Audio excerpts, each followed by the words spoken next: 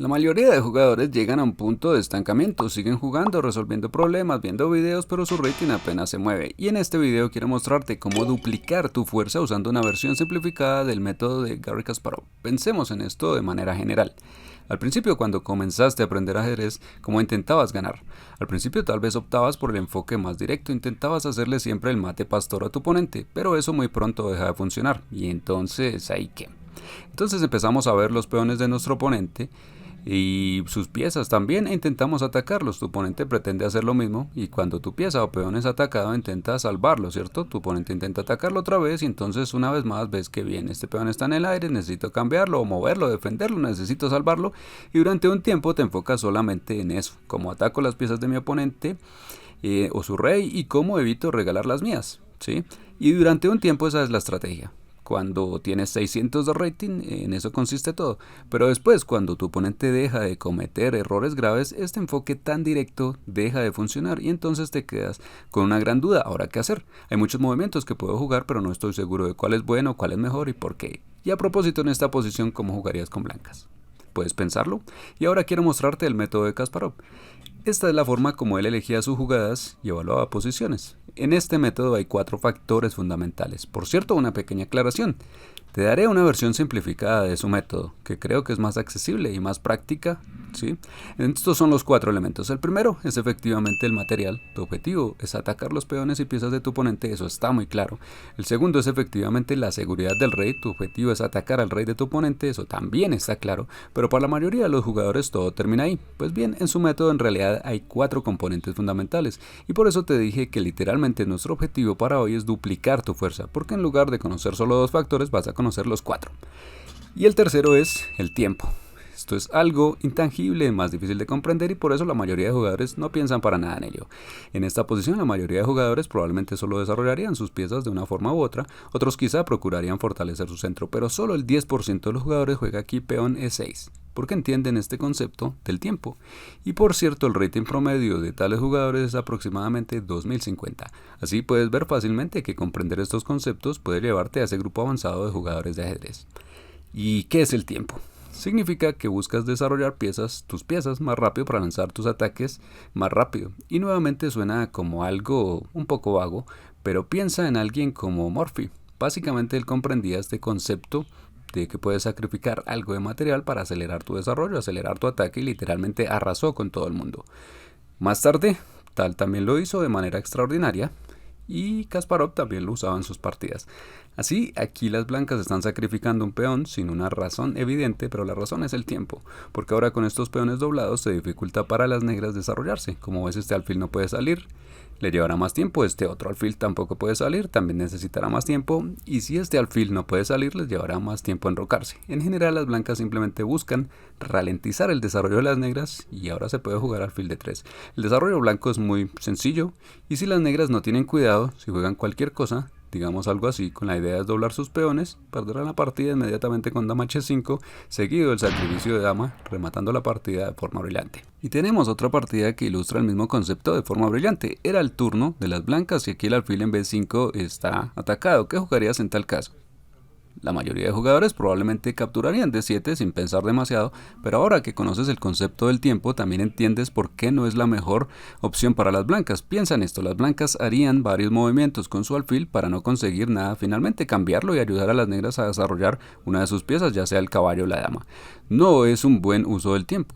En la partida las blancas jugaron peón e6, una jugada muy creativa, nuevamente sacrificando un peón. Obviamente la pregunta es qué pasa cuando las negras capturan aquí, y es que las blancas tienen un truco con este doble ataque, amenazando dar mate en f7 y el peón está clavado al rey, y a la vez que el alfil en b5 está atacado. Muy ingenioso. En la partida las negras simplemente capturaron con su peón en e6 y ahora parece que las blancas pierden un peón por nada, pero en lugar de, repetimos, ayudar a las negras a desarrollarse, las blancas retiraron el alfil. Y ahora todas estas piezas negras se ven un poco torpes. Es difícil desarrollarlas y es por eso que las blancas sacrificaron el peón, simplemente acelerando su desarrollo. Las negras ahora notaron que dama h5 es una amenaza, jugaron peón g6 y las blancas continuaron con h4 buscando continuar su ataque. Caballo c6, las negras también intentan desarrollar un contraataque aquí, pero las blancas lo ignoran y desarrollan su ataque mucho más rápido. Las negras se defienden de nuevo, ahora con torre g8, el jugador de negras Savchenko es un fuerte gran maestro y fuerte jugador de blitz, Creo que jugué contra él una vez en la República Checa y empatamos, si no me equivoco, pero en esta partida le fue muy mal, porque su oponente demostró un nivel de genialidad digno de tal. Jugó torre H8, sacrificando la torre. Aquí las negras no pueden capturarla debido a alfil por G6, que es mate.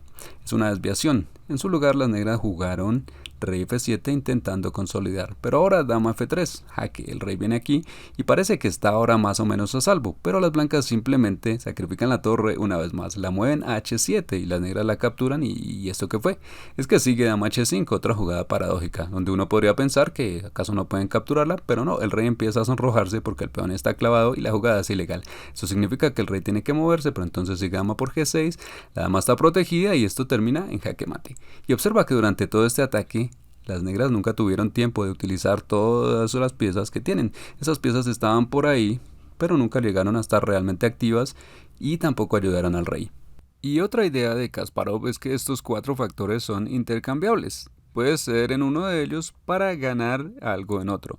Igual que intercambias divisas, ¿sí? Básicamente. Por ejemplo, en este caso jugaban las blancas y estas jugaron peón F5, sacrificando el peón. La idea es que estamos entregando, sí, material, este peón, pero ganamos en el factor de exponer a su rey.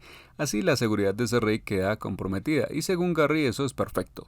Aquí las blancas juegan alfil H6 eliminando otro defensor más del rey negro. Las negras capturan un N4 por ejemplo, pero a las blancas no les importa porque por supuesto podrían recapturar fácilmente, pero en cambio quieren ganar tiempo. En este caso entregamos material para ganar tiempo para nuestro ataque, caballo G5 y las negras están perdidas. Ahora hay mucha presión sobre su posición y supongamos que las negras capturan aquí. En realidad es una variante secundaria, pero en la partida real el jugador de negras, un gran maestro, también fue aplastado rápidamente. Entonces ves lo efectivo que es esto. Las blancas pueden eliminar aquí el último defensor y las negras están destrozadas. El rey está expuesto, el ataque de las blancas es demasiado rápido y las blancas ganan la partida. Ahora hablemos de la cuarta y quizás la más importante de las ideas guía, que es la idea de la actividad. Este es un término algo vago. ¿Qué significa realmente? Simplemente es la cantidad de casillas que controlan tus piezas. Idealmente quieres que tus piezas controlen muchas casillas y comiencen a crear amenazas. Y cuando tus piezas están tan activas, cuando controlan todo el tablero, casi inevitablemente empiezan a apuntar al rey enemigo, así como a sus peones y piezas. Esto puede sonar vago, pero déjame mostrarte un ejemplo práctico para que veas cómo este concepto que parece abstracto es en realidad muy práctico. Entonces, en esta posición las negras jugaron H6 queriendo expulsar este alfil, las blancas lo avanzaron, se dio el intercambio y ahora el caballo es atacado, ¿a dónde debería moverse? En la partida las negras retiraron el caballo a G8 porque observaron que después de eso las blancas no tienen cómo proteger el peón en F6. Y eso tiene sentido, pero recordemos la idea de actividad, ¿sí? Queremos mover nuestras piezas hacia adelante, queremos que controlen muchas casillas. Para un jugador fuerte retirar el caballo a G8, su casilla original en el borde del tablero, siempre es una idea poco atractiva, ¿entiendes? Un jugador fuerte siempre busca llevar sus piezas al centro. Bueno, las negras jugaron caballo G8, las blancas jugaron dama F4, quizás intentando apoyar al peón y las negras lo capturaron, ofreciendo intercambio. Bien, ¿y tú qué harías ahora con blancas? Otra idea, como complementaria, es que, repetimos, quieres que tus piezas avancen, ¿cierto? Que controlen muchas casillas, avancen, creen amenazas, y por eso los jugadores fuertes piensan en esta dirección, ¿cómo llevo mis piezas hacia allá? Y con esa idea puedes ver que podrías capturar el peón en C7, atacar también al alfil, además quedarías muy cerca del rey negro, ¿ves? Si el alfil se hace a un lado, tal vez puedas empezar a atacar por allí. Entonces, pero las blancas no vieron eso. En su lugar cambiaron el F6 y las negras recapturaron. Bueno, ahora las blancas se enrocaron, siguió D5, caballo B5. Las blancas observan que pueden atacar ahora al peón de C7. Bien, eso está bien, queremos avanzar, crear amenazas. Las negras defendieron con caballo A6. Pero aquí es donde muchos jugadores se quedan atascados. Hacemos esa jugada de ataque, ¿cierto? La de caballo B5, las negras defienden y ¿ahora qué? Ya no parece haber una idea clara. Y las blancas de hecho retiraron la pieza C3, lo cual una vez más va en contra de la idea de actividad. Queremos que nuestras piezas avancen, lo que también significa que no queremos que retrocedan sin una razón muy poderosa, ¿sí? Aquí claramente no hay ninguna razón para que las blancas retiren el caballo, las negras se enrocan y ¿ahora qué? Bien, la idea de actividad dice que debes colocar tus piezas en posiciones activas. Por cierto, porque hablo principalmente de piezas y no de peones. Porque una pieza es más fuerte. Un peón normalmente solo ataca dos casillas, mientras que una pieza puede atacar muchas, ¿sí? Por eso nos preocupamos sobre todo por las piezas. Y aquí siguió alfil por A6. Porque a veces cambiar piezas parece conveniente, simplifica la posición y hace que sea más fácil orientarse. Pero en realidad, si lo piensas, este alfil controlaba muchas casillas, por lo tanto era una pieza activa. El caballo en A6 en cambio controlaba muy pocas casillas, ¿ves? Era así que era pasivo. Y el alfil de B7 controlaba muy pocas casillas. Era muy pasivo también. Así que estás cambiando tu pieza muy activa por una pieza pasiva de tu rival y al mismo tiempo le estás ayudando a activar esa pieza pasiva y volverla mucho más activa. De esta forma estás empeorando tu posición significativamente al intercambiar, ¿lo ves? Y ahora siguió peón A4. No sé muy bien, quizás las blancas querían iniciar un ataque en el flanco de dama, pero recordemos, debes pensar primero en tus piezas. Sí, entonces, si quieres activar tu posición, ¿qué puedes hacer? Mira las piezas que tienes y piensa cómo las hago avanzar, cómo creo amenazas, cómo activo mis piezas para que empiecen a controlar más casillas. Y así puedes ver cómo esta idea aparentemente genérica de la actividad se vuelve muy práctica y te guía de verdad, indicándote cuáles movimientos son correctos y cuáles no. Ahora veamos cómo funciona todo este sistema, cómo trabajan juntos los cuatro factores. Aquí tenemos, las negras jugaron peón D5, atacando este peón, avanzamos este peón, caballo E4. Es una partida de blitz que jugué hace algún tiempo y aquí las negras atacan mi caballo en C3, que además está clavado. Bueno, ¿y cómo jugarías tú aquí con blancas? Lo que espero ilustrar con esta partida es cómo puedes superar a tus oponentes y cómo puedes llevar tu forma de pensar en el ajedrez al siguiente nivel, ¿sí? Porque la mayoría de jugadores cuando ven que este caballo está atacado se dan cuenta de que quizá necesiten defenderlo y juegan algo como alfil D2, ¿sí? Una jugada aceptable, pero también un poco pasiva. O alguien más pensará, si este caballo me está atacando, la forma más sencilla de resolverlo es simplemente intercambiar. Y bueno, es válido, pero el inconveniente es que las negras recapturan y ahora tu otro caballo tienen que perder tiempo moviéndose, y sabes que el tiempo es uno de los factores. Además, esto abre esta columna para la dama negra, haciéndola así más activa, así que también estás perdiendo en el factor tiempo y un poco en el factor actividad, ¿sí? Simplemente como resultado de ese cambio. En la partida real decidí simplemente enrocar, y así estoy entregando este peón que las negras capturaron, pero no solo eso, sino que también están atacando la torre. Y entonces, ¿cuál es la idea? Pues bien, estamos cediendo un poco del factor material, pero ganamos en muchos otros factores. En primer lugar, ganamos tiempo, ¿sí? No pierdo tiempo defendiendo, simplemente continúo mi desarrollo. Y bueno, probablemente hayas visto esto muchas veces en las partidas de Morphy, y aquí es exactamente la misma idea en acción. Además, cuando entregas un peón, a veces consigues abrir columnas y diagonales para tus piezas, con lo cual ganas en actividad. Como ocurre aquí, ahora tenemos esta columna para la torre y también esta nueva diagonal para el alfil, que antes no existían debido a tu propio peón en B2. Entonces ahora sigue torre B1, ahora esta torre está activa y además las negras probablemente tendrán que perder más tiempo retirando este alfil del territorio blanco hacia una casilla segura, lo cual les dará a las blancas todavía más tiempo. Aquí las negras juegan caballo C6 y sigue alfil A3, porque tenemos esta nueva diagonal. Alfil A3 justo le corta el paso al rey y hace que por lo tanto estemos ganando también el factor de la seguridad del rey. Ahora las negras ya no pueden enrocar porque esa casilla está controlada, lo que hace este rey vulnerable. Las negras jugaron dama A5 con la intención de enfrentar al alfil A3. ¿Y qué haces ahora?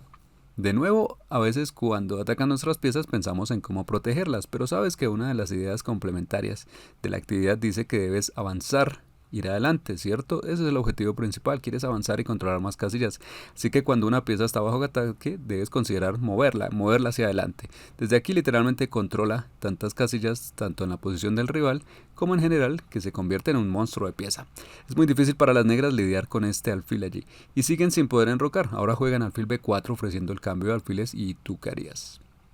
De nuevo, a veces los jugadores cambian piezas cada vez que tienen la oportunidad, pero cuando tienes este monstruo de piezas siempre deseas conservarla, ¿sí? No quieres cambiarla tan fácilmente.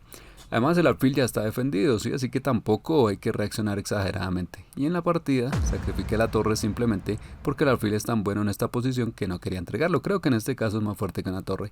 Y así, después de este cambio, sí, se pierde la calidad, pero el alfil es tan fuerte y además restringe al rey que la posición sigue siendo favorable para las blancas.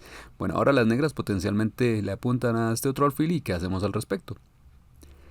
Posiblemente nada. Repito, mientras puedas evitar defenderte suele ser la mejor estrategia, porque quieres impulsar tu propio plan, ¿cierto? No quieres perder tiempo, y jugué dama de 2 y así como el caballo queda clavado, no puede moverse porque las negras perderían la dama. Esto en realidad hace que las blancas ganen aún más tiempo. El caballo está atacado 2 veces, las negras retiraron el caballo a C6, desde allí defiende a su dama y además ofrece un intercambio de damas. Y bueno, ¿cómo respondes con blancas? Siempre que tengas opción quieres mover tus piezas hacia adelante, no queremos cambiar damas pues sabes que deseamos atacar y cuando decides dónde mover esta dama quieres moverla hacia adelante, idealmente tan adelante como sea posible, por eso jugué dama G5 controlando todavía más casillas y además empezando a crear amenazas.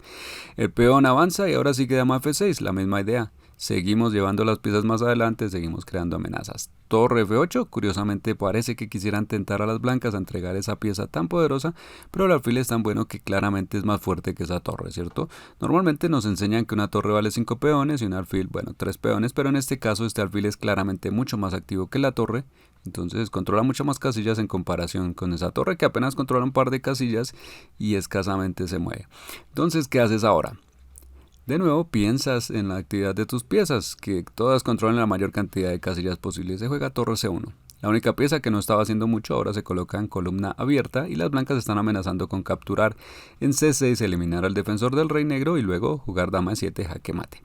Las negras retiraron la dama a D8 ofreciendo intercambiar damas y ¿a dónde movemos la dama? Lo más adelante posible, ¿cierto? Es la idea general, dama G7 que esta vez amenaza a la torre y nuestro monstruo alfil es la base de ese ataque.